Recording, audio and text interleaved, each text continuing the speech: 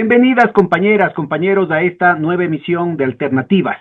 Álvaro Gallegos, un distinguido economista chileno, gran amigo, que además ha tenido funciones tan importantes como los de la Superintendencia de Fondos Pensionales allá, un experto en temas financieros, ha tenido la gentileza de nuevamente aceptar nuestra invitación para continuar explicando con algunos detalles el desarrollo del sistema financiero mundial y sobre todo el encuadre en el que la actual coyuntura mundial se está desenvolviendo en el plano de estas dificultades financieras que han venido involucrando a masas cada vez mayores de la economía mundial debido a al neoliberalismo y a la financiarización mundial. Muchas gracias, Álvaro, bienvenido.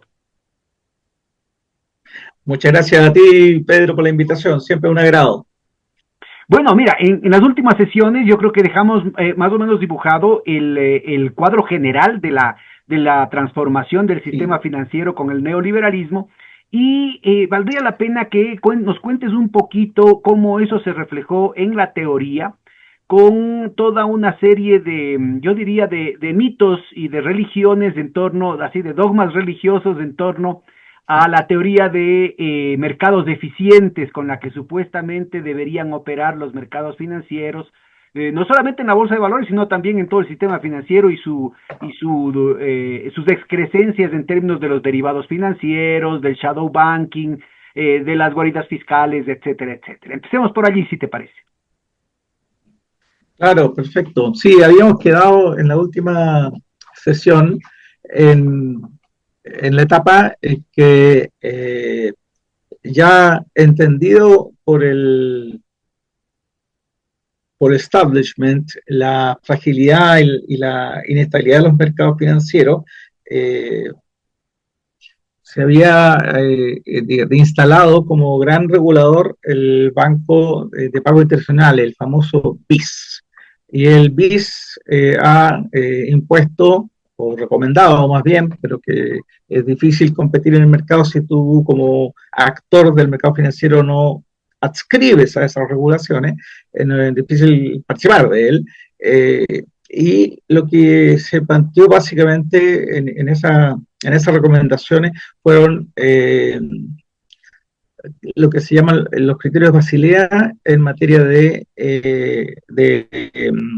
exigencias de capital, que es el gran drama que tiene el sistema bancario en un esquema de libre mercadismo y de libertad de acción por parte de los actores. ¿Podrías, por favor, hacer un paréntesis allí y contarnos cuáles son, en términos muy resumidos, cuál sería la comparación entre la normativa de Basilea I, de Basilea II y de Basilea III y en qué años más o menos empezaron a regir, sobre todo para nuestros países?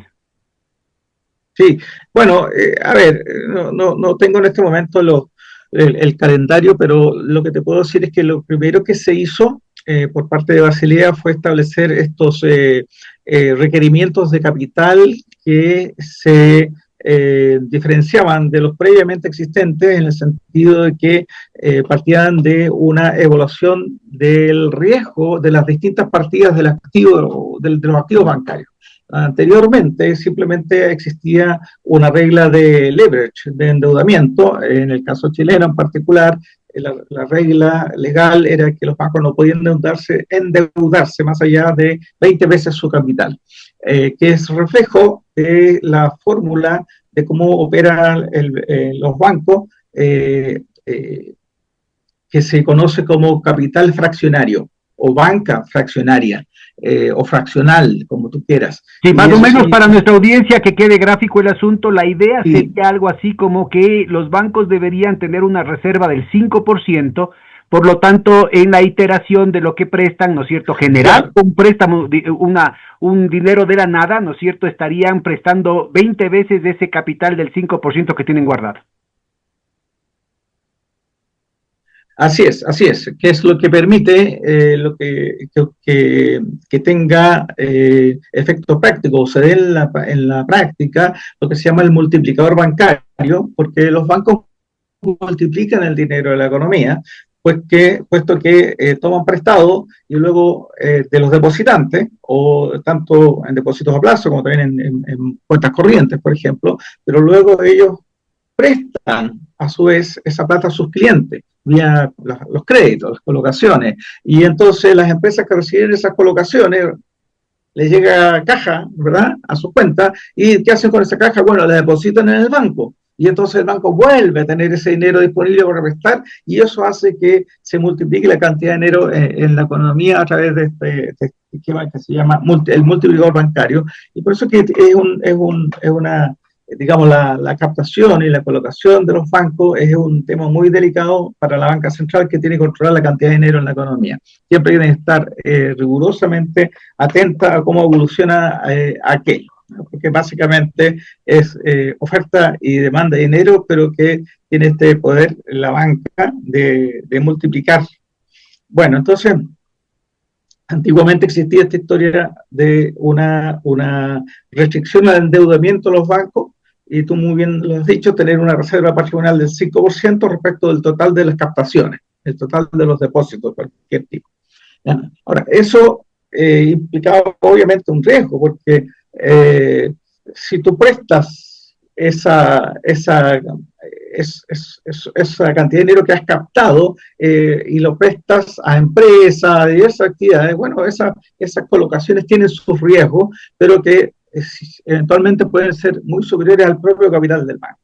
Y por eso es que existe una serie de regulaciones, lo hablamos la vez pasada, regulaciones para limitar el riesgo que asumen los bancos, porque puede ser tremendamente costoso para la economía. La quiebra de un banco grande, o sistémico, como se le llama hoy día, tiene efectos de contagio y de daño a la actividad real de la economía, porque las empresas se quedan de un momento a otro sin la capacidad de administrar recursos, porque el banco donde tiene sus depósitos, bueno, está quebrado, está insolvente o no puede operar. Y por eso es que decíamos en la anterior jornada que se ha tenido que construir una institucionalidad regulatoria y supervisora muy compleja, muy técnica y también muy cara. Y a la vez, como igual pueden producirse siniestros, los estados tienen que construir también fondos, fondos de reserva, por así decirlo, que están destinados a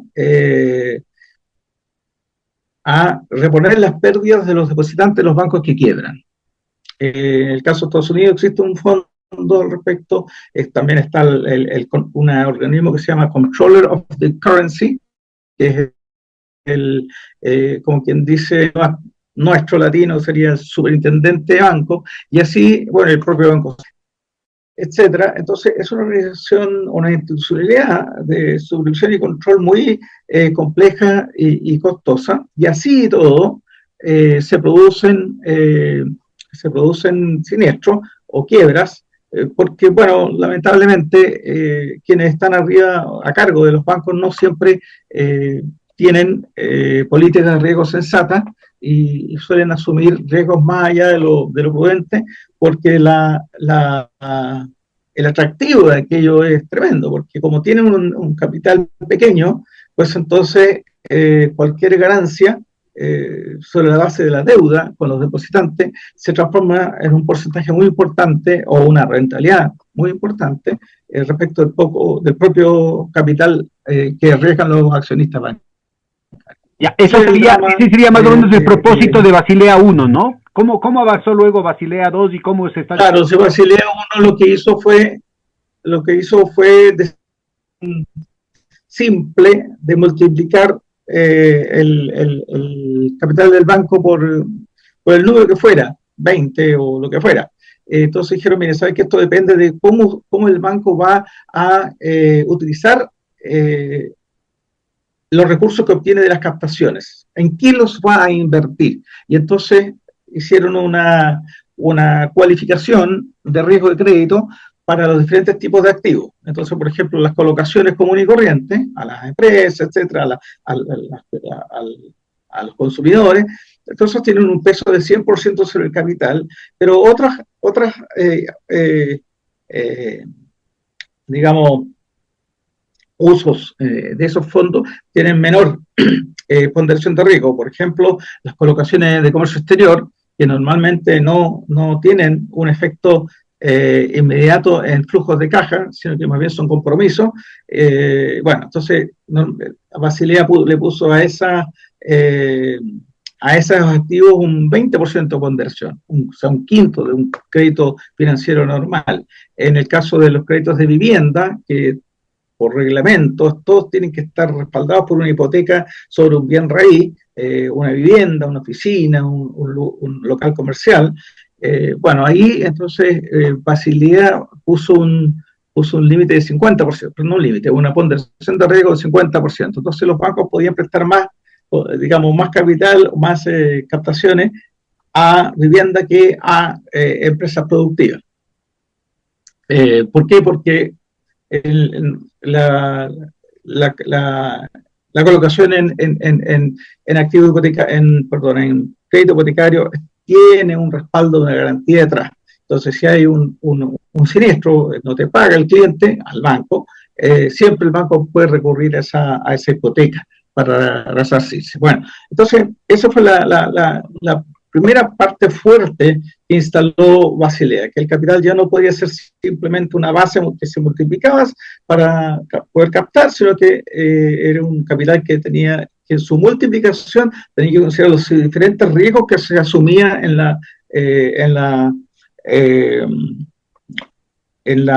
las decisiones comerciales de la cartera del banco. Esa fue la primera etapa. Y en esa primera etapa, la Basilea dictó ciertos instrumentos de cómo evaluar los riesgos del banco y a los bancos más desarrollados en materia de riesgo, los que tenían mejor historial, etcétera, bueno, eso les permitía tener un modelo de riesgo propio. Entonces había uno estándar, que era el que, digamos, planteaba Basilea como norma, y a algunos bancos les concedía esta posibilidad de tener un modelo de riesgo propio. Siempre es un riesgo, esto se va a aplicar, ¿no? Siempre es una apuesta, ¿no? Porque, claro, para nuestra audiencia, esto implica que Basilea o que la autoridad supervisora, la superintendencia de bancos o la oficina del controlador de la moneda en los Estados Unidos no contaría con un parámetro, con un modelo propio, objetivo, que maneja la autoridad para medir el desempeño de los bancos, sino que cada banco haría su propio modelo para evaluar o darle un valor imputado a lo que tienen los libros, ¿no? Eso es tremendamente riesgoso. Bueno, sí, eso es lo que pasa porque, claro, desde el punto de vista de la autoridad regulatoria, lo ideal habría sido tener un solo modelo, que era el que se llamó modelo estándar. Pero como esto es una cosa dinámica y de espacios de lucha, bueno, los grandes bancos se resistieron a esos modelos estándares y lograron que se les diera esa ventaja de tener un modelo de riesgo propio, el que a su vez tenía que ser, como quien dice, auditado y evaluado por la autoridad para que le dijeran, bueno, ya sí, es un modelo, está bueno, le hago un check y puede ir por adelante con eso. Pero ya esa fue una primera etapa que estaba centrada en el riesgo de crédito de los activos del banco. Por ejemplo, si el banco invertía en papeles del tesoro, bueno, esos papeles del tesoro tenían cero ponderación de riesgo, o sea, eso no significaba riesgo para el banco desde el punto de vista de la autoridad. Esa fue la primera etapa. Sin embargo, los bancos incurren en muchos otros riesgos y en la segunda etapa aparecieron reglamentaciones de Basilea respecto de lo que se llaman los riesgos de mercado. Y los riesgos de mercado, así llamados, se refieren a los riesgos de la volatilidad de las variables que inciden en el mercado financiero. Léase, riesgos de tasa de interés, riesgos de tipos de cambio, incluso riesgos de precio de commodities, cuando los bancos tienen la posibilidad de invertir en commodities. Y eso le agregó entonces una exigencia de capital a los bancos y aquellos que entre comillas, tenían un exceso de liquidez por encima de las colocaciones crediticias y entonces usaban esos recursos para invertir en otras cosas, bueno, a ellos les pegaba más esta mayor exigencia sobre riesgos de mercado. Después volveremos a este punto porque este asunto de los riesgos de mercado no es inocuo, para nada. En mercados relativamente desarrollados pueden significar la quiebra de una entidad cuando no son adecuadamente administrados. En Chile tenemos varias experiencias al respecto de riesgos de mercado que terminan con la quiebra de una entidad financiera. Luego de ese esfuerzo, se avanzó con... Disculpa, ¿por qué nos haces una descripción de cuáles son los otros tipos de riesgos? ¿Son riesgos de mercado, riesgos de contraparte? Para un poco a mapear cuál sería el tipo de riesgos que tiene que enfrentar la banca y que la autoridad supervisora tiene que regular. Ok. O sea, tenemos primero los riesgos de crédito, y frente a los riesgos de crédito, aparte de estas ponderaciones de riesgo respecto de el capital propio de la entidad bancaria, esos riesgos son evaluados en esa cartera de colocaciones, uno a uno, y se llega a un riesgo para la cartera, y sobre la base de esos riesgos que se han determinado así, entonces las reglas requieren que los bancos constituyan provisiones, que básicamente son movimientos contables que restringen la utilidad final del banco y que se retienen, por lo tanto, en el balance del banco y se les llama provisiones. Y entonces un crédito de alto riesgo eventualmente, según su clasificación, podría estar provisionado al 100%.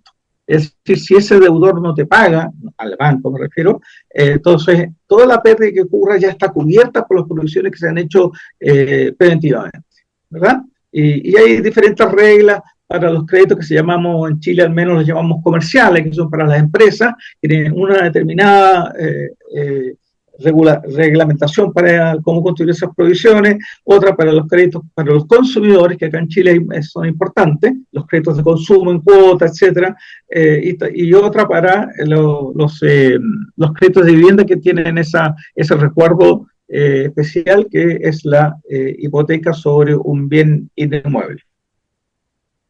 Bueno, entonces se suman estas cosas, ¿verdad? Por un lado, tú tienes ciertas restricciones como banco respecto a cuánto prestar aquí o allá, porque tienes que tener lo que se llama un límite de capital de la regla general, no entrar en las particularidades, del 8%.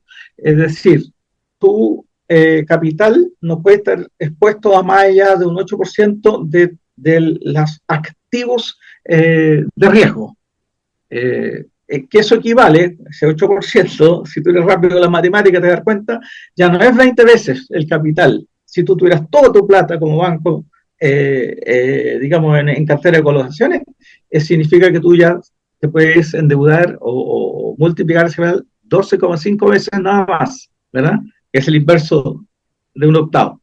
12,5 veces. Ya significa una restricción a la expansión del banco. Y esto es una precaución natural, porque, como lo dijimos antes, cuando quiebra un banco, no es el problema solo de aquel banco y de su clientela y depositante, sino que también por efectos del contagio que se produce hacia otras entidades bancarias, porque se genera una falta de confianza, una pérdida de confianza de los depositantes en ese banco en particular, pero también se contagia esa pérdida de confianza hacia los demás actores del mercado bancario. Ahora, esta norma, lastimosamente, los ratos hay miles de leguileyadas para no cumplirlas. En el 2008, con la implosión de Lehman Brothers, se descubrió que los principales bancos, los más grandes bancos mundiales, los too big to fail, habían prestado 350 veces su capital, ¿no? Claro, es que efectivamente siempre la condición humana es esa, pues. Entonces hay una codicia detrás del negocio, el afán por la tasa de ganancia, ¿no es cierto? Que ha tenido a veces respaldos, digamos, de economistas. como Milton Friedman, que decía que la única obligación que tiene la empresa era maximizar la utilidad del accionista. Y bueno, eso significaba que en términos coloquiales era cosa de echarle para adelante nomás, pues, mientras más ganásemos, entonces estamos cumpliendo con nuestro rol social. Y lo mismo opera para los bancos. Pero esas cosas tienen límites, y los límites son los riesgos, porque a veces en el entusiasmo por crecer o por obtener grandes utilidades, se asumen riesgos que terminan enviándote al infierno. Bueno, y entonces los bancos en general, los grandes bancos, los que controlan, ellos saben que no pueden restringir absolutamente la entrada de nuevos competidores, ¿verdad? No obstante que para entrar a un negocio bancario se necesita una licencia estatal normalmente, ¿verdad? Y eso ya es una barrera de entrada, porque un gobierno no le va a dar licencia bancaria a un tipo que esté enredado en el narcotráfico, por ejemplo, ¿cierto? No lo va a hacer. Salvo alguna por ahí excepción. Aquí en el Ecuador todo puede pasar. Tenemos un reporte León de Troya que recomiendo a nuestra audiencia que chequee en el internet y va a darse cuenta que en el caso del Ecuador lastimosamente no sucede así. Claro, bueno, pero entonces al final lo que estoy tratando de transmitir es que las regulaciones cumplen un rol esencial en términos de barreras de entrada, que protegen a los que ya están adentro y que ya tienen un historial y que, bueno, puntos más, puntos menos, han tenido un desempeño, por así decirlo, decoroso y no se meten en demasiados líos. Y entonces, al poner esta malla de regulaciones, tú evitas que entren los advenedizos, ¿verdad? ¿Cómo lo llamamos en la sesión anterior? Los wildcat banking. Bueno, entonces, de esa manera, la gran banca se defiende o defiende su negocio de las perturbaciones que podrían ocasionar actores poco responsables y que dañarían eventualmente la confianza que requiere un mercado bancario para funcionar. Un mercado bancario donde no hay confianza es simplemente un mercado bancario pequeño. Tú te necesitas la confianza para que esta cosa fluya, es decir, tiene que venir un depositante y entregarte una cantidad de sus propios ahorros personales, ¿verdad? Para recuperarlos en un mes, 3 meses, un año, lo que sea, pero ese tipo tiene que tener confianza que tú le vas a devolver ese dinero, ¿verdad? Y para eso es que, sin esa confianza, por lo tanto, el mercado bancario prácticamente desaparece o se transforma en un mercado de prestamistas, de tú a tú, ¿verdad? Radial, por así decirlo. Bueno, entonces, esa fue la primera etapa de regulaciones de Basilea, y luego se dieron cuenta que, no es que se han dado cuenta de pronto, ¿no? Se sabía, pero bueno, le hincaron el diente a este tema después, es que también, aparte del riesgo de crédito, había instituciones que quebraban porque no sabían o no lograban administrar adecuadamente el riesgo de tasa de interés. Es decir, lo podemos tal vez graficar rápidamente con la crisis de los bancos regionales pequeños en Estados Unidos, que partió a consecuencia de este crédito barato, el quantitative easing, que hizo que las tasas de interés bajaran a cero, incluso negativas, y entonces, bueno, los bancos pequeños, cuando no tenían suficientes clientes de crédito, ¿qué hacían con el excedente de caja? Compraban bonos del tesoro, que les rentaban nada, poco, pero compraban bonos del tesoro que de largo plazo. El problema estaba que hay una máxima financiera que dice que cuando la tasa de interés sube, los bonos, el precio de los bonos baja, ¿verdad? Y eso tú tendrías que eventualmente reflejarlo en tu balance. Entonces, tú compraste bonos al 5%, a 20, 30 años, y al día siguiente hay una situación macroeconómica que hace que las tasas suban, y ya no están al 5% las tasas, sino están al 10%, entonces tú tienes que valorizar esa cartera de bonos de largo plazo con una tasa de descuento al 10%. Y entonces ¡fum!, se cae el valor de mercado de esa cartera. Y eso puede hacer que un banco se encuentre en una situación que no tenga capacidad de insolvencia, no sea capaz de responder a al rescate de los depósitos por parte de sus clientes, que eso fue lo que pasó en Silicon Valley Bank, ¿cómo se llama el otro? Ya no me acuerdo, eran dos o tres, que de repente los clientes se dan cuenta que el banco tiene problemas y empiezan a girar, a retirar. Y el banco puede pagar mientras tenga caja y mientras pueda a su vez liquidar sus activos. Pero si la liquidación de ese activo, como ocurrió en ese momento en Estados Unidos, en que su cartera de inversiones había caído de valor, les significaba entrar en graves pérdidas contables, bueno, se resistían y finalmente se produjeron esas quiebras adicionales. Entonces, vino esa reforma desde Basilea para cautelar la buena administración de los riesgos de mercado, principalmente la de tasa de interés, pero podría haber sido también riesgos cambiarios y de otro tipo, digamos, referidos no a riesgos de crédito, riesgos distintos al riesgo de crédito.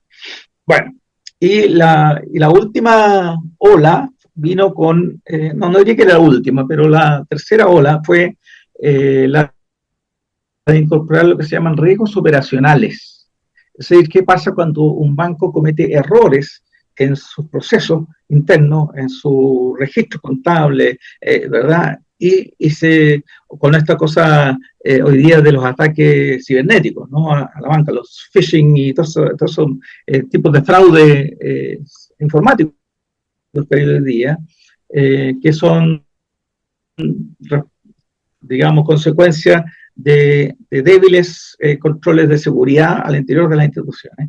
Y entonces se instalaron prevenir los riesgos operacionales. ¿Qué pasaba Repite, cuando por un favor, cliente se cortó un poquito repente, en los últimos 30 segundos. Repite esa última frase, por favor. Sí, sí, sí, perfecto. Entonces, Respecto a los riesgos operacionales que decías. como los bancos son entidades que manejan. Claro, sí, los bancos manejan cantidad enorme de información y eso requiere sistemas informáticos muy precisos que operen con mucha eficiencia y que siempre estén verificando errores de cada quien. Pero en esta área informática también existen las amenazas a la seguridad informática y eso tiene efecto, es una parte, ¿no? En la operación del banco. Y entonces ahí se determinaron reglas para cautelar los riesgos operacionales, los riesgos por errores, más que porque se evaluó mal a un cliente de crédito, ¿verdad? O se evaluó mal un riesgo de tasa, sino porque de la operación misma en el banco siempre puede haber algún tipo de error que pudiese ser ¿cómo se llama?, extensivo y poner en riesgo todo el banco, digamos. Bueno, esas son las tres grandes olas. Posteriormente, Basilea ha puesto hincapié en cosas más de detalle. No sé si de detalle es la palabra más apropiada, pero tal vez más técnicas. Y entonces se le ha exigido a los bancos colchones de seguridad. Y entonces, como decíamos hace un rato atrás, se partió con un 8% de exigencia de capital, de activos de riesgo sobre el patrimonio, un porcentaje adicional por el riesgo de mercado, otro riesgo adicional por los riesgos operacionales, y después aparece la instancia de los colchones. ¿Qué pasa si tú eres un banco que, como hoy día se les llama, sistémico, o sea, un banco tan grande o lo suficientemente grande para que si ese banco eventualmente entra en insolvencia, bueno, esa quiebra de ese banco tiene efectos que se extienden al resto de la banca. Y entonces a esos bancos se le exigen ciertos colchones en su calidad, por dado el tamaño de los bancos. Ahora además se ha agregado últimamente un riesgo por riesgos macroeconómicos, también se les pide otras cautelares adicionales, porque si tú tienes, por ejemplo, una crisis macroeconómica y hay un fuerte aumento del desempleo, bueno,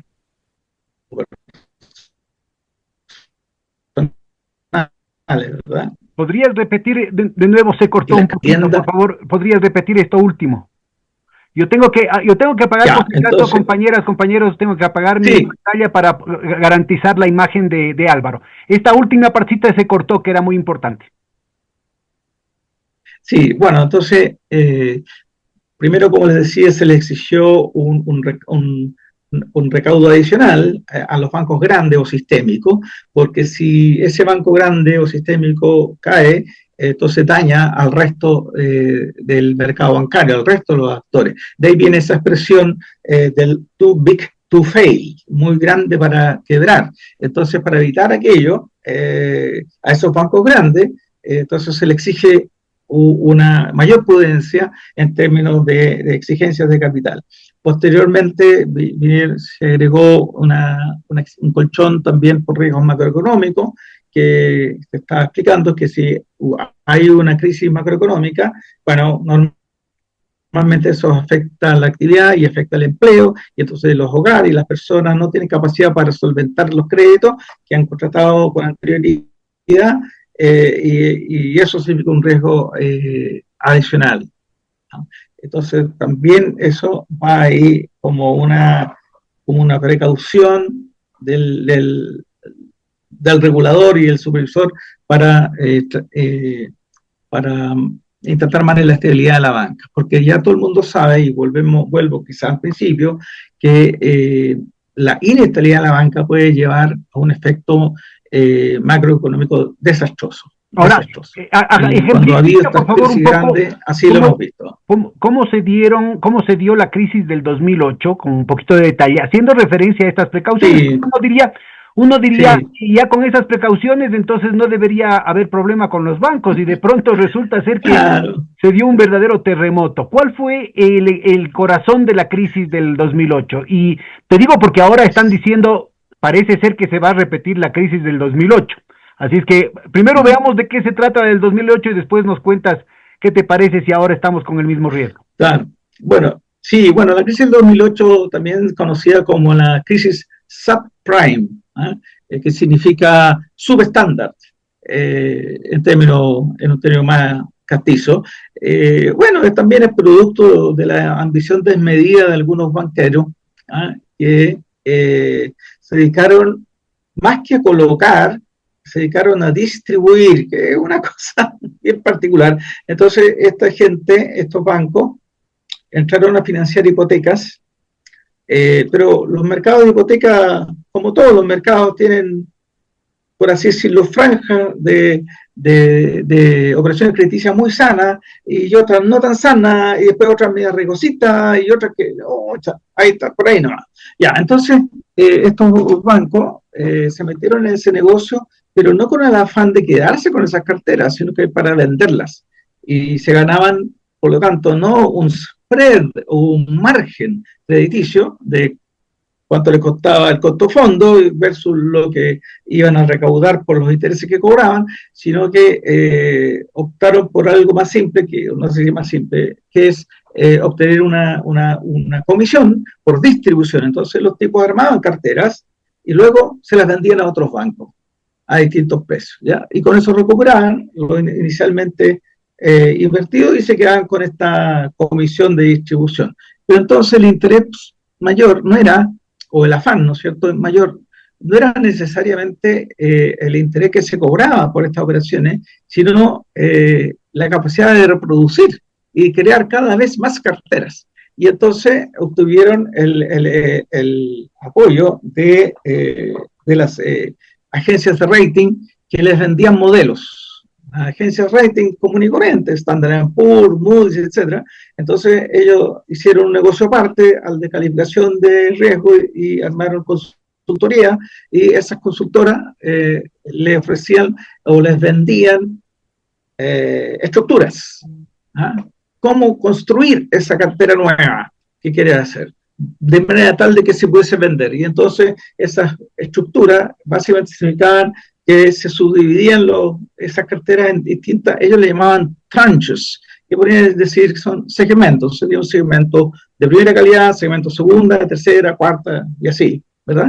Y entonces esas mismas agencias de rating calificaban esos paquetes, esas carteras de crédito paquetizadas, y obviamente, como eran sus clientes, le dan un rating, una nota relativamente generosa para que esa cartera pudiese ser vendida al Lo mercado. que decíamos en alguna otra oportunidad eran juez y parte con un riesgo Exacto, increíble, ¿no? claro, así es. Entonces, claro, está, obviamente que se corrompió esa situación, porque las agencias de rating nunca debieron haber entrado a la consultoría, puede ser una contradicción esencial para su respetabilidad en el negocio. Es como si, no sé, la firma de auditores externa también, cuando hacen auditoría, perdón, cuando hacen consultoría, hay conflictos serios,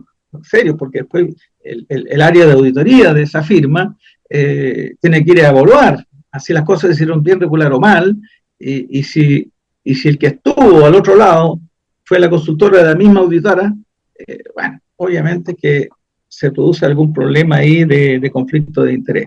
Bueno, entonces, los bancos entraron en ese negocio y ocurrió que cada vez se recurría a carteras de peor calidad, porque el afán, como decíamos, era distribuir más que colocar con prudencia y sanamente. Y Para eso, nuestra audiencia, discúlpame, solamente grafico un poco este tema.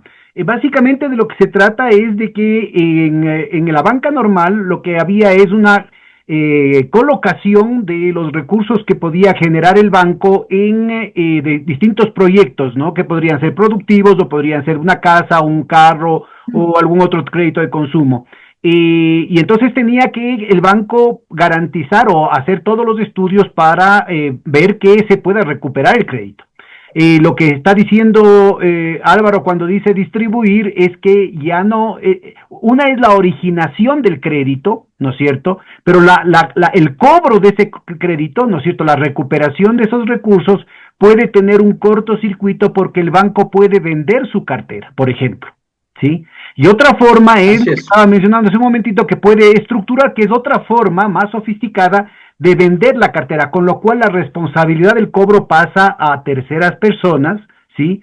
Lo cual abre la puerta para un tema de riesgo moral, es decir, el banco origina el crédito sin preocuparse, sin tener realmente convicción de que va a poder recuperar el crédito, porque eso, mareando, y estos son justamente los credit default swaps, ¿no es cierto? Estos mecanismos de permuta ante un evento de no cobro, que le daban una especie de seguro de calidad a estos tranches, a estas carpetas de fragmentos de estructuración de las deudas. Entonces, se vendían esas carpetas supuestamente seguras con pedacitos de muchísimos créditos dudosos, y con esa situación, con estos credit default swaps, se quedaban, digamos, con una muy buena calificación por parte de las autoridades, por parte supuestamente del mercado, pero el rato que tocaba cobrar, la cosa era distinta.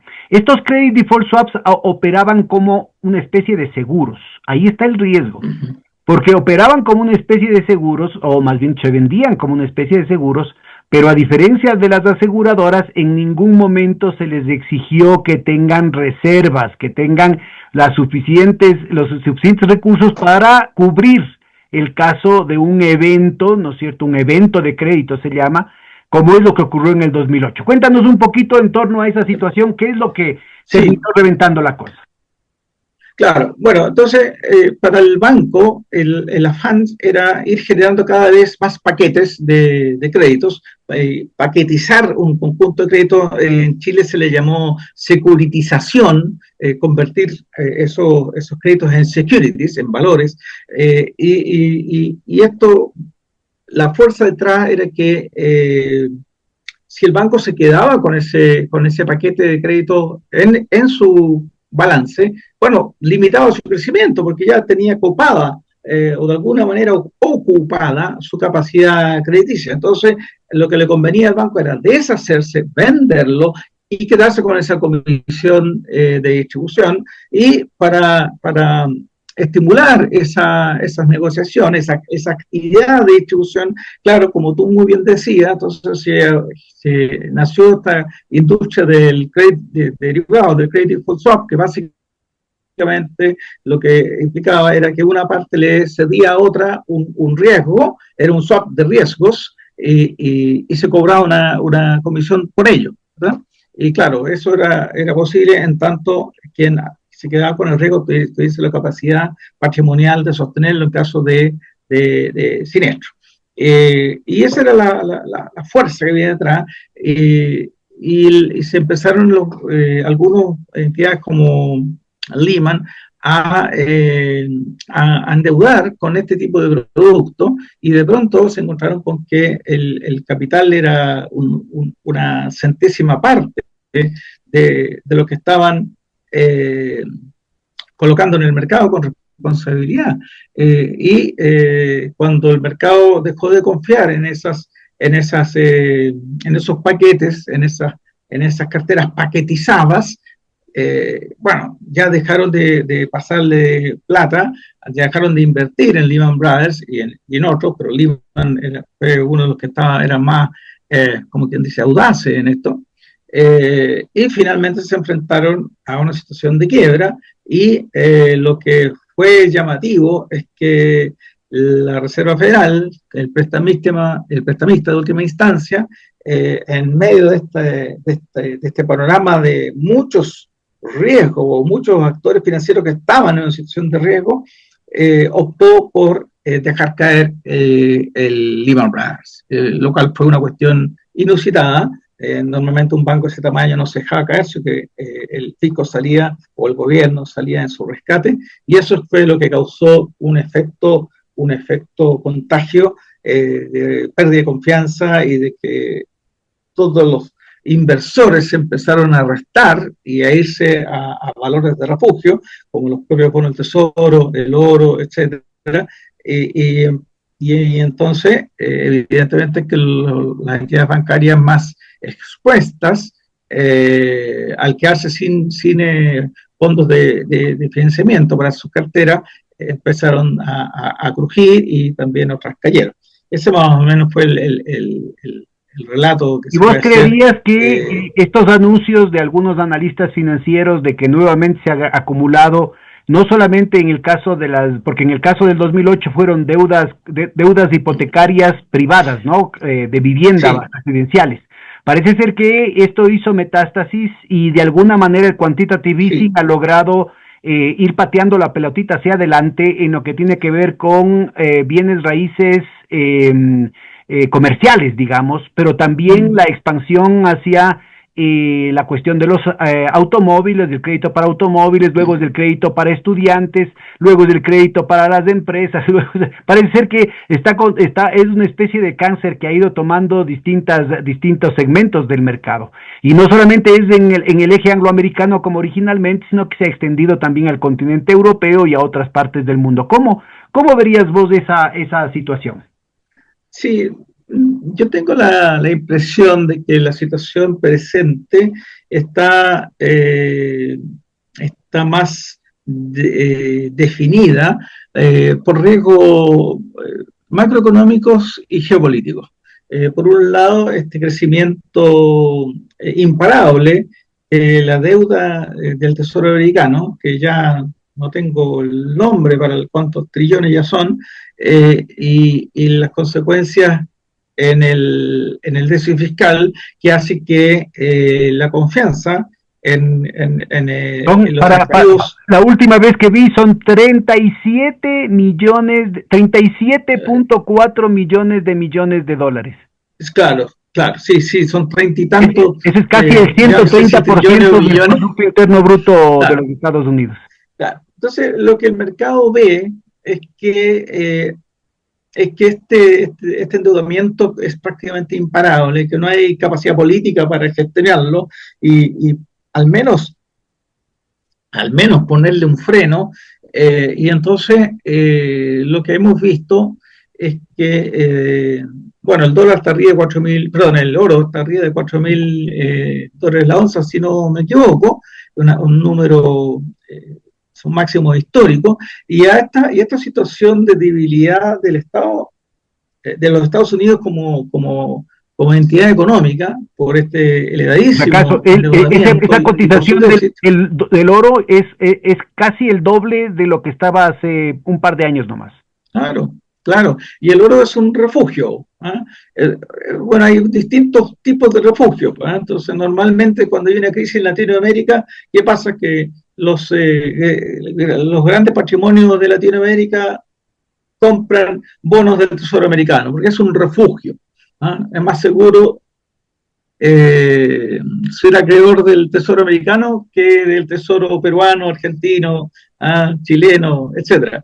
Entonces, si hay un flujo, una huida hacia a ese activo refugio que sería el bono del Tesoro americano. Pero hoy día ese bono del Tesoro está en cuestión, de hecho las calificaciones de riesgo ya no la tienen con un rating de AAA, sino que están bajo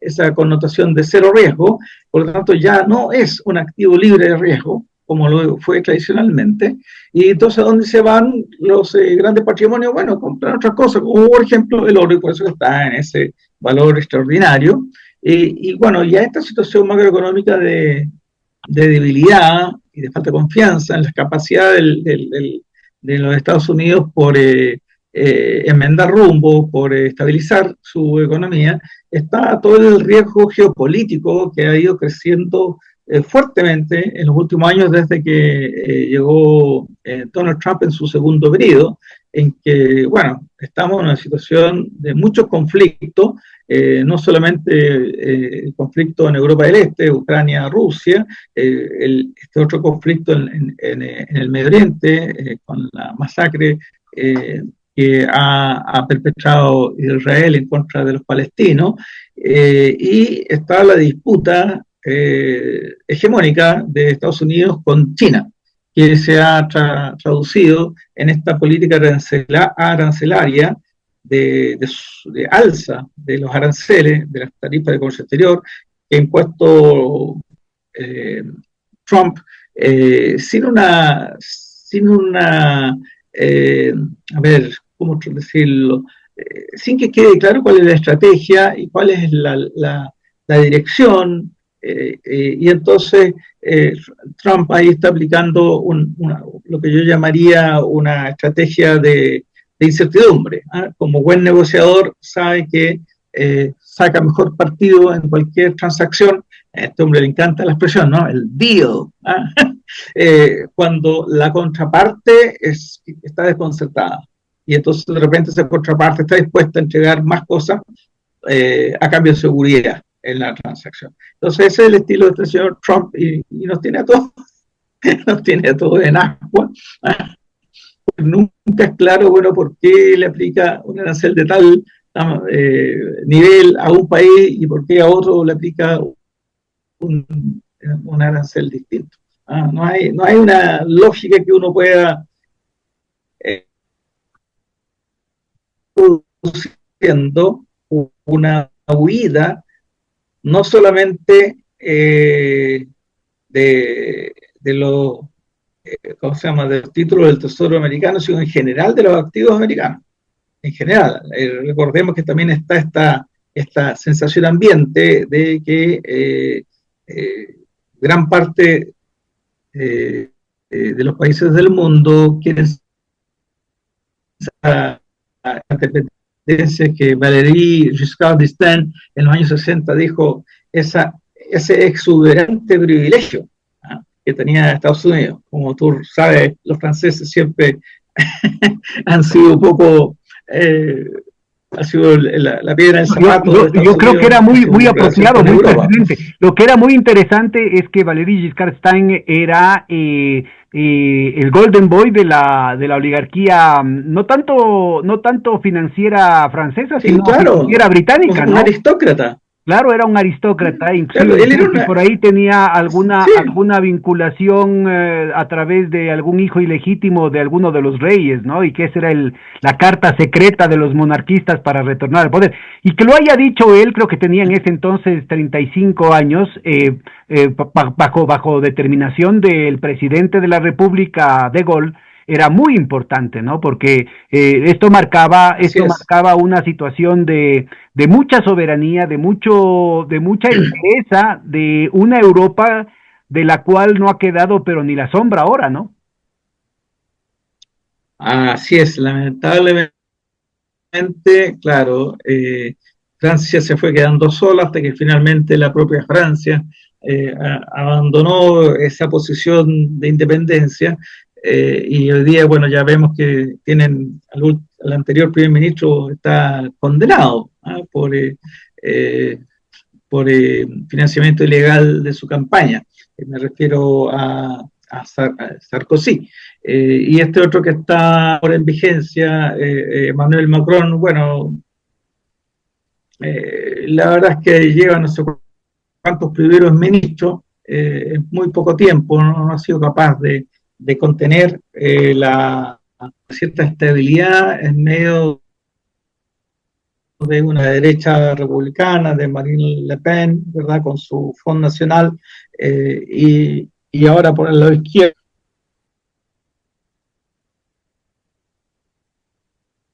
Nancy Sumis tampoco ha sido capaz La Francia de insumisa guiar de a Francia Mélenchon, por ¿no? un Que eso camino. se te cortó un poquito. Bueno, mira, el tema es Sí, que no solamente exactamente. Estados Unidos están sobreendeudados, sino que Francia e Inglaterra están con niveles de endeudamiento muy superiores y a diferencia Eh, de Japón, que tienen un índice de endeudamiento mayor, creo que es 300% del Producto Interno Bruto, pero Japón tiene deuda básicamente en yenes, o sea, en su moneda nacional.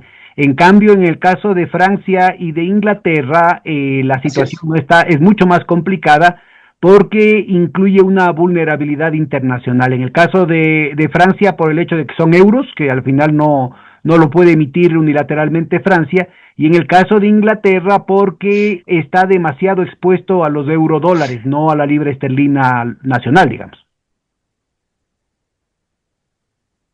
Así tal cual es. Japón, además, los acreedores de Japón, de la deuda pública japonesa, son los propios japoneses principalmente.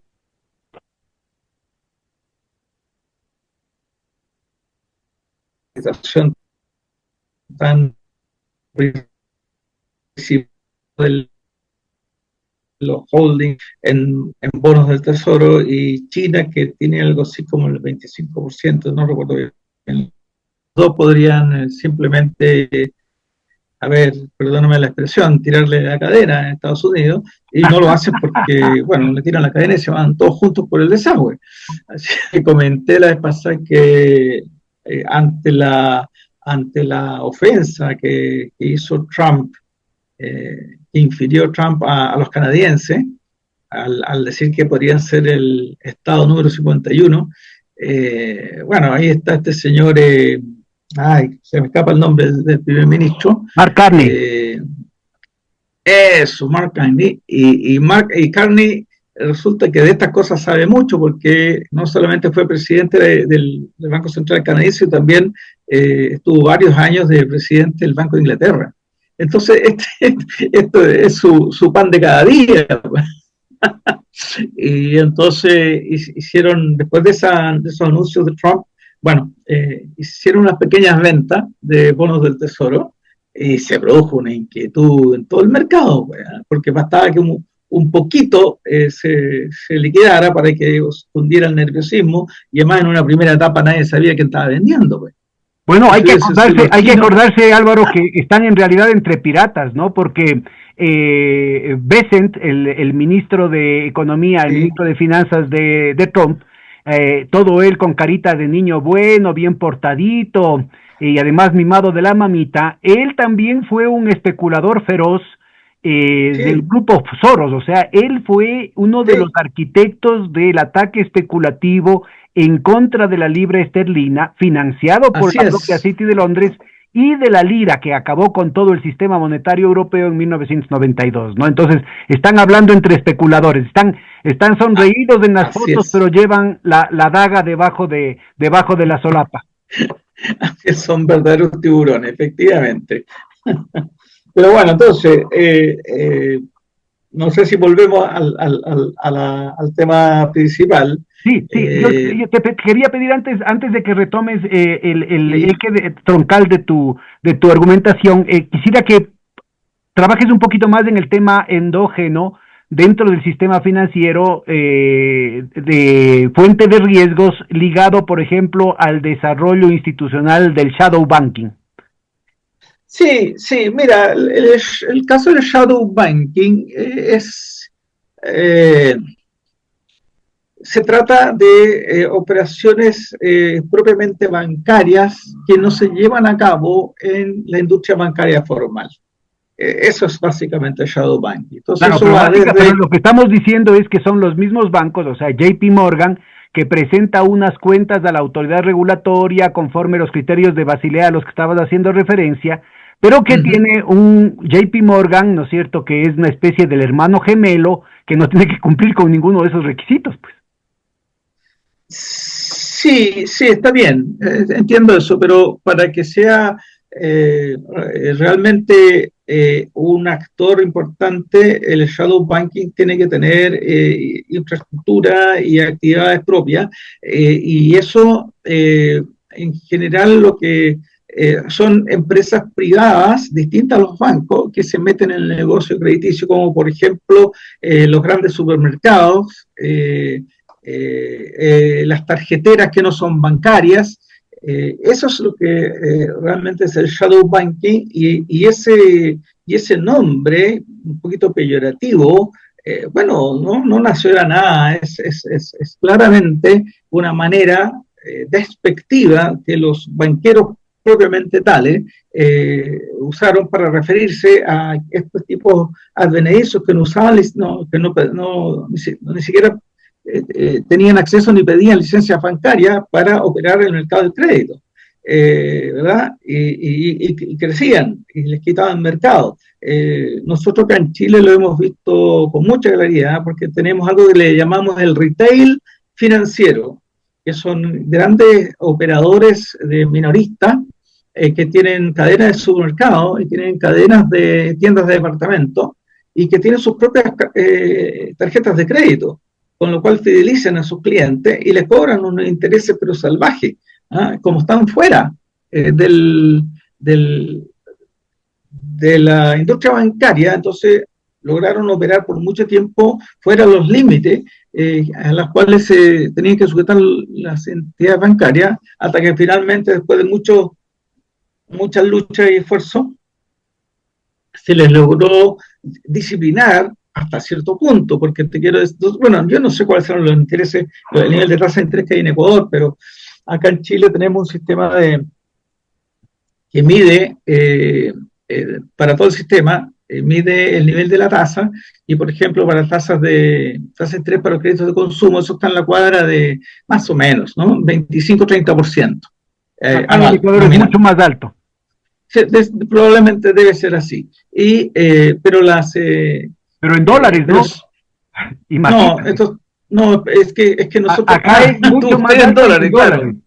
sí, claro, no, nosotros acá tenemos una economía Bueno, pero con mira, moneda esta nacional. es una sección de shadow banking que en efecto existe, que existe también y es un problema más o menos significativo en términos de su tamaño, por ejemplo, en China, pero existe otra definición del shadow banking que estuvo muy presente, por ejemplo, en la regulación tanto de Dodd-Frank, del acta Dodd-Frank en el 2010, como en la regulación europea posterior a la crisis del 2008. Sí, Cuéntanos.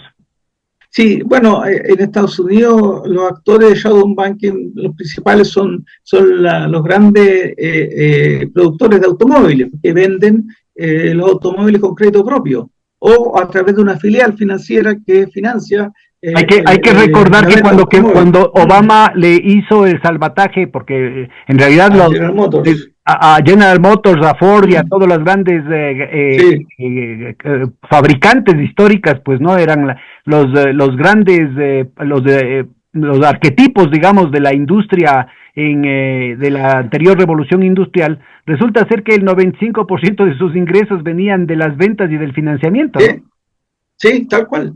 tal cual. Mismo con General Electric, ¿no? General Electric Sí, era la empresa, pero paradigmática de la electrificación, de Thomas Alva Edison y toda esa cuestión. Ahora también era GE Capital, ¿no? Y era claro, básicamente un fondo de inversión. así es, tal cual. O sea, estas empresas del mundo real, de la economía real, de pronto se dieron cuenta de que obtenían rentabilidades mucho mayores si es que entraban al negocio del financiamiento de sus propios productos para los clientes. Y eso que ese es un esquema que se ha ido reiterando. Y claro, fue una cuestión compleja, pero al final, por lo menos acá en Chile, eso se controló hasta cierto punto. Acá siguen existiendo tasas de interés en el caso de las tarjetas de crédito del orden de 50% o incluso más, que son totalmente usureras, sin duda, expropiatorias, ¿no? Eh, pero bueno, Oye, discúlpame, solamente por sí, completar el mapita. sí, Hay otra fuente, hay otras fuentes de riesgo, digamos, no tanto en América Latina, que tenemos todavía una gran brecha en términos del desarrollo institucional del sistema financiero, sino en el centro en el centro de la hegemonía angloamericana, que tiene que ver con el eje angloamericano, ¿no? Lo que fue antes el Commonwealth y todas las sí. guaridas fiscales, todas las offshore y todo este sistema que no tiene por qué cumplir con la regulación que han hecho que ha hecho Basilea o que han hecho los Sí. países en sus metrópolis, porque están en las Islas Vírgenes Británicas, en las Bermudas, en las Bahamas, etcétera, etcétera. Cuéntanos un poquito cuál es el rol de esta y en qué medida se convierte en un loophole, en una endija por donde se escurre cualquier posibilidad de regulación real de los bancos. Sí, sí, efectivamente. Ahora digamos, es una relación de amor y odio ahí entre la banca y los paraísos fiscales, porque los paraísos fiscales, en último término, reciben depósitos, recursos de clientes de los grandes bancos, que buscan los clientes, estos buscan eludir las tasas de impuestos y se van entonces a estos paraísos donde no hay una exigencia tributaria muy grande, si es que hay alguna, ¿verdad? Ahora, los bancos toleran esto porque finalmente son sus propios clientes también y entonces en sus áreas de banca de inversión las recomendaciones a sus clientes de altos patrimonios también incluyen alternativas en paraísos fiscales. Sin ir más lejos, Panamá, ¿verdad? Todas estas islas caribeñas, y bueno, algunos lugares en el propio Estados Unidos, como Delaware, ¿verdad? O en Inglaterra, Guernsey, la isla de Man, creo que también es un paraíso fiscal, y así. Entonces, son cuestiones que juegan en paralelo y que finalmente digamos, el efecto mayor que producen es un desfinanciamiento de los estados, ¿no? Porque se escurre por esas rendijas recaudación tributaria que debería haber ido hacia los estados para financiar los estados de bienestar y los gastos propios de los gobiernos, ¿verdad? La inversión pública, el gasto también militar, etcétera. Entonces, hay una tolerancia mutua difícil y cada cierto tiempo hay esfuerzos importantes por poner en cintura a estos paraísos fiscales. Bueno, eh, se puede a veces y luego se pierde la fuerza y se vuelve y así. ¿Ah? Ahora, Tú sabes que nuestro por candidato completar el Cast, tema, el de la derecha, perdona, nada que va a terminar. sí, Sí, completa nomás. es, sí, es que iba a decir que este señor Cast tiene su fortuna en Panamá. También, claro, no es casual. Entonces, muy sintomático, ¿no es cierto?, que despotrica contra el gasto público, contra la gracia del Estado, es una expresión favorita, pero él tiene todos sus recursos Y recomendaríamos a en un nuestra paraíso audiencia fiscal. que vean la película con Meryl Streep y Antonio Banderas, ¿no? Esa de la lavadora, que justamente hace Ah, referencia claro, a los Panama Papers, que exacto, incluían a otros personajes políticos de toda América Latina, el anterior presidente banquero del Ecuador, Guillermo Lazo, con el tema claro, de las oficinas de Fonseca, ¿no? Está tremendamente documentado eso, toda la corrupción, claro, toda la fuga de capitales, de los dineros mal habidos, toda la opacidad de este tipo de oficinas porque en realidad es una red, ¿no? Panamá es solamente una pieza de un ecosistema mucho más complejo, mucho más sofisticado. claro que sí, claro que sí. Ahora, dentro de ese Efecti- ecosistema te quería preguntar, nos falta un personaje muy importante que son los fondos de inversión y los fondos de cobertura. sí, Que con sí, eso yo creo sí, que completamos eso antes de entrar de lleno a la parte bursátil. sí, sí. Bueno, los fondos de inversiones o de inversión son hoy día como quien dice, los beneficiarios finales, ¿no? Son los verdaderos controladores, más allá de los accionistas bancarios, son los que realmente están controlando el mundo. ¿Cómo se llama el señor Larry Fink, por ejemplo, de BlackRock? Bueno, esos tipos administran trillones de dólares en inversiones. Y finalmente terminan siendo la última palabra en muchas cosas. Solo BlackRock, déjame te confirmo el dato, Sí, solo de BlackRock estamos hablando de casi 10 millones de dólares en activos. sí, por ahí deben andar.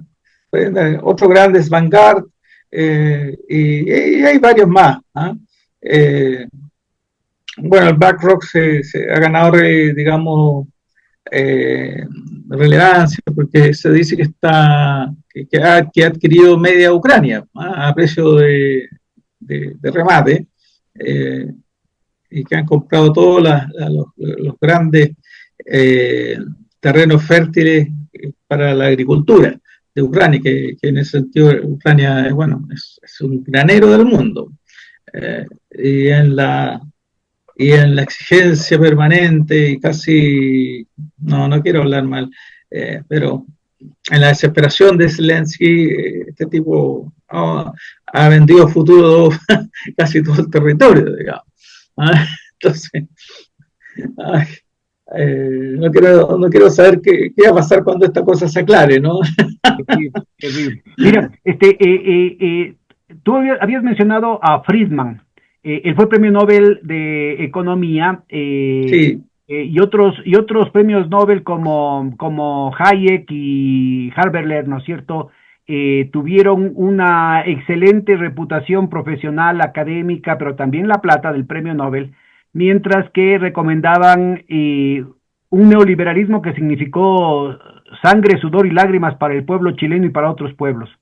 Pero claro. también es importante mencionar el hecho de que otros premios Nobel estuvieron vinculados a toda esta, que ya no lo decía Valéry Giscard d'Estaing, sino lo decía el propio presidente de la Reserva Federal, Alan Greenspan, cuando hablaba Ah, de una exuberancia irracional de los mercados claro, financieros. Pero no se refería a un momentito, sino que hablaba de todo el periodo de entre 1992 y del año 2008, ¿no? así es. Y claro, él decía, pero yo soy un ferviente creyente en la hipótesis de los mercados eficientes. Sobre esa base, ganaron el premio Nobel Black-Scholes y no recuerdo la otra persona que fundaron LCTM, que terminó Sí. quebrando. Cuéntanos. Bueno, sí, estos economistas especialistas en los derivados, Black and Scholes, ¿verdad?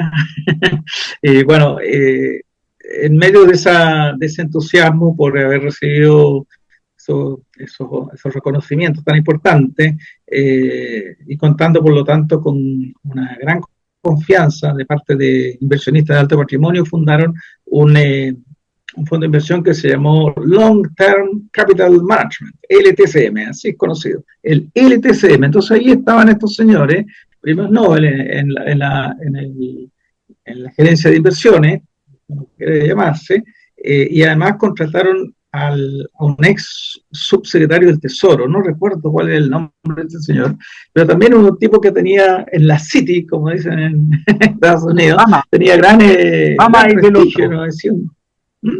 El otro economista famoso es Eugene Fama. Fama, sí, Eugene Fama, exacto, Eugene Fama. Bueno, y entonces estos tipos instalan este asunto y se dedican a administrarlo y la atracción que produce es enorme. Y entonces se llenan de depósitos, de aportes, como en este caso, y ellos arman una gigantesca cartera con muy centrada en el largo plazo, papeles de renta fija en largo plazo. Y luego viene la crisis rusa y se produce un alza de las tasas de interés que hizo que los papeles de largo plazo de este Long Term Capital Management, su valor cayera al suelo. Como habíamos dicho hace un rato atrás, los famosos riesgos de mercado. Bueno, este es un caso Estamos muy hablando de la crisis rusa de finales emblemático. de los años 90, por si acaso, para no comparar con lo que está sucediendo Sí, estos últimos años. Esto fue en la época de Yeltsin, es decir, en la época en la que claro. prácticamente los Estados Unidos y Gran Bretaña manejaban toda la política económica, los procesos de privatización y prácticamente de rapiña que se dio dentro de la antigua Unión Soviética, ¿no? Recuerden ustedes que Sí. inclusive se redujo en 14 años la esperanza de vida de los rusos, para que tengan ustedes una idea del tema. Bueno, entonces se produce aquí un ejemplo ya a estas alturas clásico de una gestión equivocada de los riesgos de tasa de interés. No obstante ser estas personas a cargo, personas de gran prestigio, no atendieron la magnitud del impacto que puede tener un cambio en la expectativa del nivel de las tasas de interés. Entonces, cuando tú tienes un fondo cuyas inversiones se concentran en papeles de muy largo plazo, papeles, no sé, de 10, 20 años y que además sean bullets, es decir, que pagan el capital al final y entre medio solo pagan cuotas de interés, el efecto de un alza de la tasa de interés es realmente mortal. Siempre hago la imagen de los látigos. ¿Ah? El látigo, una cosa larga de cuero, y al final en la punta tienen una bolita. Y entonces tú, al agitar así ese látigo, el peso de la bolita al final eh, es la que permite que el látigo restalle y sea una cosa muy violenta. Y eso es lo que pasa con estos papeles de muy largo plazo, que más que ya del plazo promedio, este término más financiero de duración o duration, que significa, bueno, cuál es el plazo en que voy a recuperar toda la inversión de acuerdo con el plan de pago. ¿Ah? Y bueno, mientras más alejado esté el pago del 100% del capital, eso hace que ese duration, como se le llama, sea muy extenso. Mientras mientras mayor el número aquel del duration, que se mide en años, mayor es digamos, el restallo del látigo, es el efecto de esa volatilidad. Y lo que le ocurrió a ellos fue aquello, pues subieron las tasas, bajaron los precios de los bonos, como dice el adagio financiero, pero como ellos no tenían papeles cortos, papeles muy largos, el impacto así, ¡shum! El efecto total fue absolutamente destructivo bueno, desapareció el Long Term Capital Management. ¿No? Fue y fue la única, el único momento en que la Reserva Federal decidió intervenir en el sentido de rescatar. Y eso fue algo inusitado, porque nunca la Reserva Federal había rescatado una entidad que no fuera un banco. Pero como esta era una entidad que tenía todas estas de estos rasgos tan particulares, ¿no es cierto? Premios Nobel en el Comité de Inversiones, un ex subsecretario del Tesoro dentro de ese mismo equipo, y además captando recursos de gente de muy alto patrimonio. Bueno, entonces ahí operó la fuerza de gravedad y claro, la Reserva Federal entonces estuvo disponible para insuflarle dinero de tal manera que tuviesen la liquidez suficiente para pagar los rescates de estos de los dueños de los altos patrimonios que estaban obviamente escapando aterrorizados, en pánico, de algo que ya no tenía valor. Es un hito el caso del Long Term Capital Management, y no es algo que se haya dado una vez y luego nunca nadie más se haya metido en estas cosas. No sé si tú ubicas el nombre de un señor que se llama José Luis Daza, que no. Es un chileno que se fue joven a Nueva York porque su padre era embajador de Pinochet en las Naciones Unidas, el señor Pedro Daza. Entonces este señor joven estudió allá, es muy inteligente y todo lo demás, estudió finanzas, etcétera, etcétera, y constituyó un hedge fund que se llamaba QR, claro, QR. Y llegó a administrar este modesto chileno, no sé, 5.000, 10.000 millones de dólares, y entonces era considerado poco menos que un héroe acá en Chile, y de pronto ocurrió lo que siempre pasa, porque no mide bien los riesgos, y se fue al suelo el famoso QR, lo puedes googlear si te interesa la historia, y el tipo terminó administrando 100 millones de dólares, o sea, nada, o sea, porque todos huyeron ante el desastre. Bueno, ese señor, que es economista, está hoy día fungiendo como subsecretario de Economía, nada menos y nada más que de Milei. Ah, vaya. Está ahí trabajando con Caputo y con Sturzenegger. Porque obviamente un tipo de... Acá tenemos un dicho que va, Dios los cría y ellos se juntan. Tal cual, tal cual. Bueno, entonces, ha habido muchos casos de eso, y por eso es que este asunto de los riesgos de mercado es un concepto que hay que mirar con mucho respeto,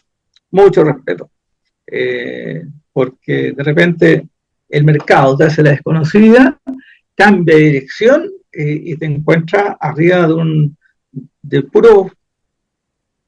una cartera que tiene cero riesgos de crédito, que si te quedas sentado te la van a pagar, pero como no eres tú el que la financia, sino que son tus aportantes que huyen despavoridos, bueno, ¡pum!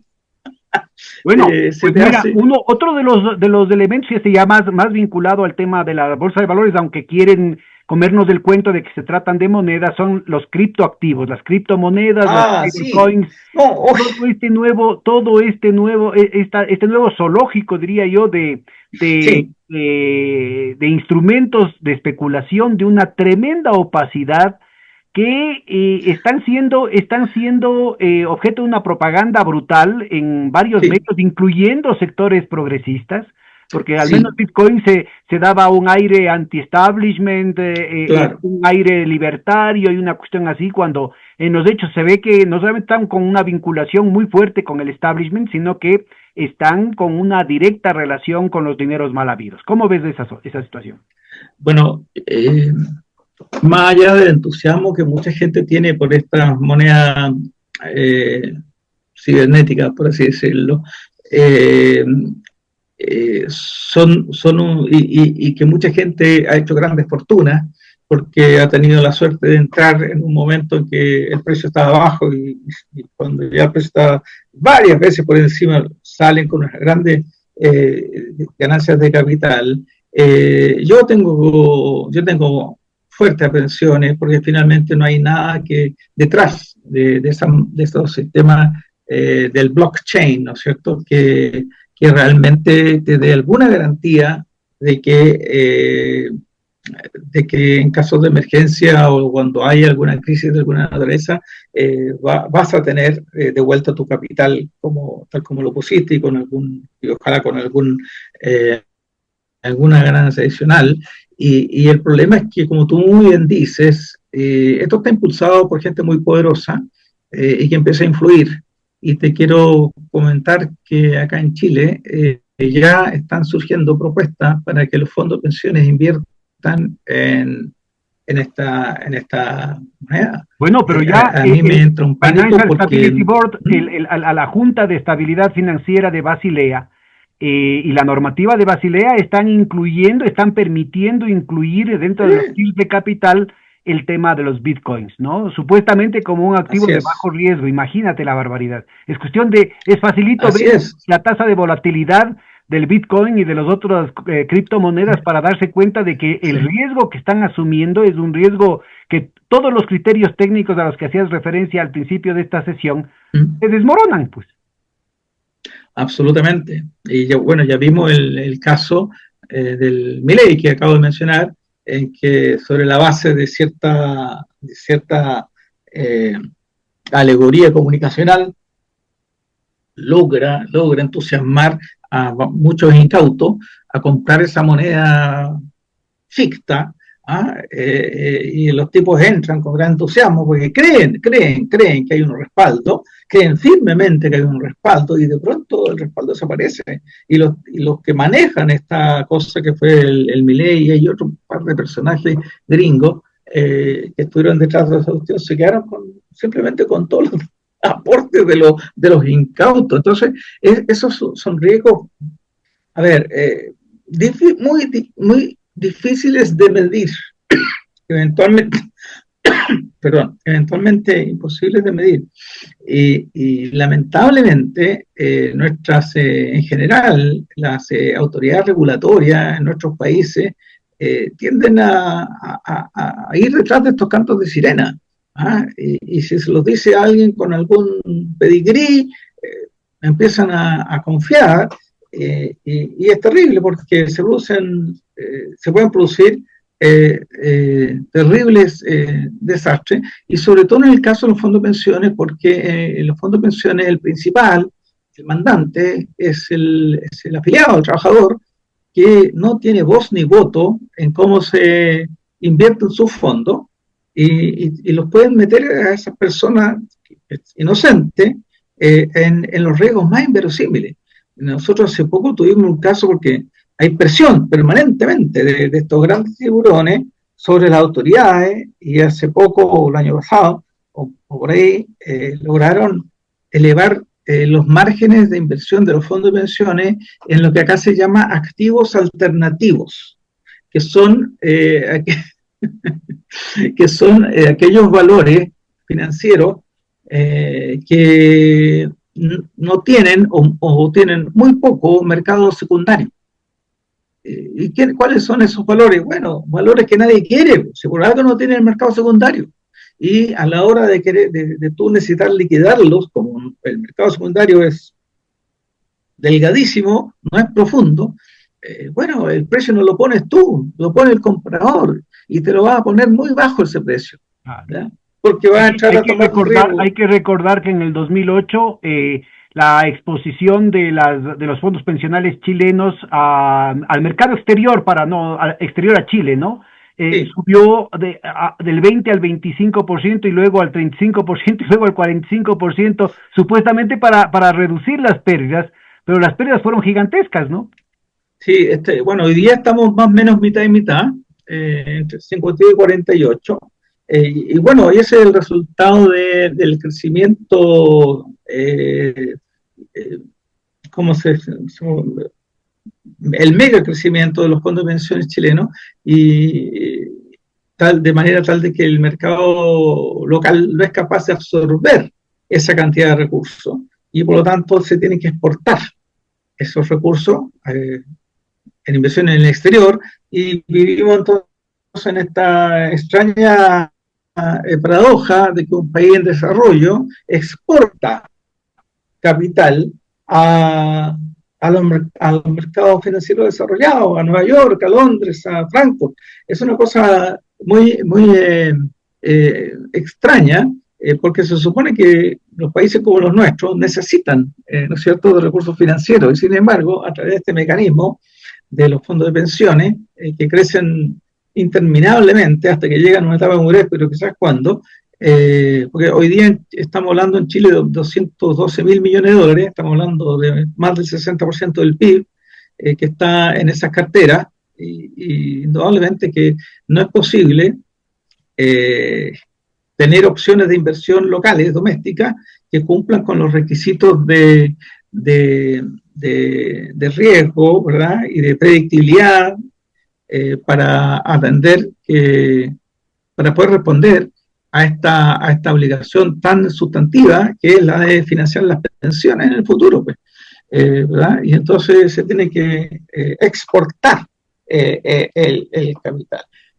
Es una cuestión muy paradójica, pero que de alguna manera hay que entender que eso sí que este esquema de capitalización individual persiste.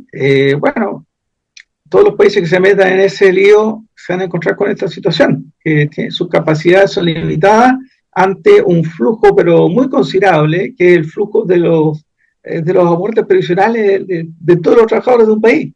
Claro, En y el ahí caso la nuestro son típica, del orden. o más bien dicho, es del ejemplo más brutal de la socialización de las pérdidas y de la privatización de las ganancias, porque cualquier riesgo que lo asuman, a la final lo van a pagar primero el Estado y luego los pobres afiliados, pero las Sí, claro, ganancias de corto plazo, las comisiones, los sueldazos, se los llevan los directivos, los personeros de claro, las agencias de fondos de pensiones, ¿no? claro, porque estas cosas funcionan con un esquema que dice que es se administran estos fondos por cuenta y riesgo de los afiliados. Es decir, las administradoras no asumen riesgos, no asumen riesgos financieros por los fondos que administran, porque esos riesgos los asumen los afiliados. Esa es una cosa. Y la otra, en el caso chileno, que es un caso quizás extremo, además no tienen riesgos comerciales prácticamente, porque el trabajador que entra al mercado laboral está obligado, no tiene opción, por ley. Tiene que aportar su cotización, su aporte, digamos, previsional a estos fondos, a esta AFP. Y en consecuencia esto es una demanda obligada por ley. Entonces es bastante No hay ninguna posibilidad de que el contradictorio Estado que pueda lo... poner una alternativa para que sea voluntario, pues que pueda competir con la rapiña privada. Sí, sí, sí, acá se ha intentado, pero no se ha podido y pues, bueno, se ha hablado de poner una AFP estatal, pero, pero tendría que funcionar con las reglas que tienen todas las AFP y en consecuencia no va a ser muy grande el cambio, ¿ah? En mi modesta opinión. Entonces, pero lo contradictorio acá es que los adalides del libre mercado, ¿ah? Los que dicen que son los empresarios que asumen los riesgos y van al mercado a competir, bueno, estos curiosos empresarios tienen una demanda que el Estado les garantiza. Está garantizada por el Estado, no tiene escapatoria en el caso chileno. Tú no puedes Es un como mercado trabajador. cautivo. Bueno, mira, algo parecido, a Eh, propósito que estamos con historias de piratas, está queriendo instaurar el gobierno de los Estados Unidos. Llega el gobierno de Trump para el dólar digital y dice, no, vamos a revaluar el oro de la reserva y esos recursos vamos a instalar en un fondo soberano que va a constituir una reserva en stablecoins. Y con esos ajá, recursos, con las ganancias de este fondo, vamos a comprar bonos del tesoro y vamos a dinamizar el mercado de las criptomonedas. ¿Cuál es tu yeah. criterio? Ay, mira, no sé si hay recursos suficientes para absorber este endeudamiento gigantesco del Tesoro americano, que está arriba del 100% hoy día, creo. Eh, entonces, todo esto no son más que aventuras que buscan lograr utilidades y ganancias, tomando una pequeña parte o la que logren captar de ese terrible problema que tienen los Estados Unidos de suceso de endeudamiento. Pero no van a solucionar nada. ¿Cómo lo van a solucionar? Yo nunca logro entender qué pasa una corrida, entre comillas, en los bitcoins. La respuesta es caída del precio, porque no hay un prestamista multiinstancia, no hay una garantía detrás, nada. Entonces, yo creo que esto de jugar con ilusiones, claro, hace que muchas personas se hagan ricas, sobre todo los primeros que entran, como en todo esquema Ponzi, primero que entre, primero que sale, todos los FIFO, sabe esa regla, ¿no? El FIFO, claro. First in, first out, de la regla de manejo como Milei y sus amigos en el caso del fraude que hicieron. Tal cual. Entonces, mira, yo los veo con mucha distancia y aprensión porque entiendo que pueden tener mucho poder a la hora de presionar a las autoridades para que les faciliten todo este ya para mí es un bandidaje, ¿qué querés que te diga? Pero bueno, por eso que a veces no soy tan duro con los banqueros tradicionales. Claro. Bueno, hombre, oye, muy entretenido, a pesar del tema, muy entretenida la conversación. Ojalá nuestra audiencia pueda dormir tranquilo después de todas las historias de terror que hemos contado. Hemos tratado de ser lo más diplomáticos, suavizando lo más posible el relato para no causar ronchas, pero en realidad este es un tema que requiere muchísimo seguimiento, que requiere un debate en América Latina, porque casi todos los sistemas financieros de América Latina, pero también las finanzas públicas y las balanzas de pago de nuestros países están tremendamente expuestos a la fragilidad de todo el sistema financiero angloamericano. Dejemos por ahí las cosas, Álvaro, y te de molestar en algún otro momento. Te mando un gran abrazo, muchas gracias. Perfecto, muchas gracias nuevamente por la invitación y que estés muy bien. Un abrazo. Cuídate, chaito.